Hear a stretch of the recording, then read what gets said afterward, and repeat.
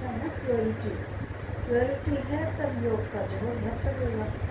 योग का जोर है तो वाणी में शक्ति होगी। मीठे बच्चे, तुम्हारी पढ़ाई का फाउंडेशन है प्योरिटी। प्योरिटी है तब योग का जोर बढ़ सकेगा। जो योग का जोर है तो वाणी में शक्ति होगी। प्रश्न है, तुम बच्चों को अभी कौन सा प्रयत्न पूरा करना है? सिर पर जो विकर्मों का बोझा है उसे उतारने का पूरा प्रयत्न करना है।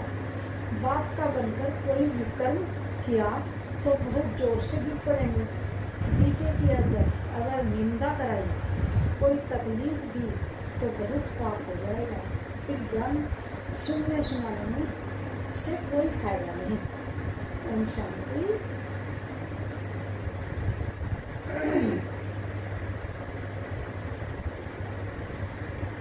धारणा के लिए मुझे साहब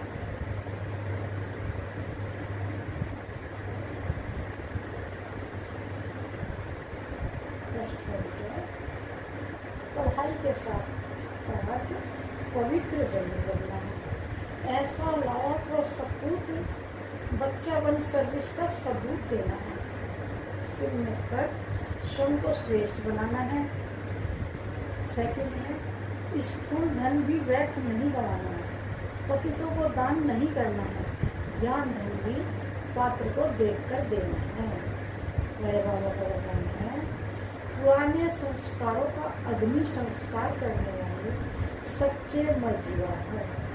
पुराने संस्कारों का अग्नि संस्कार करने वाले सच्चे मर्जीवा है। सारे जैसे मरने के बाद शरीर का संस्कार करते हैं तो वो नाम रूप समाप्त हो जाता है।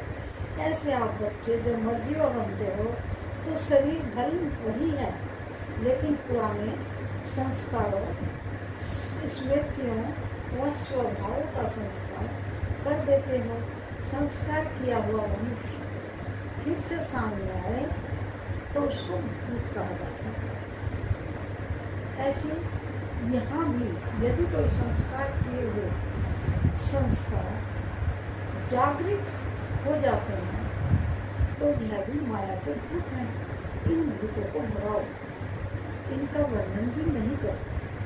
समझना है, कर्म भोग का वर्णन करने के बजाय कर्म योग की स्थिति का वर्णन करते हैं।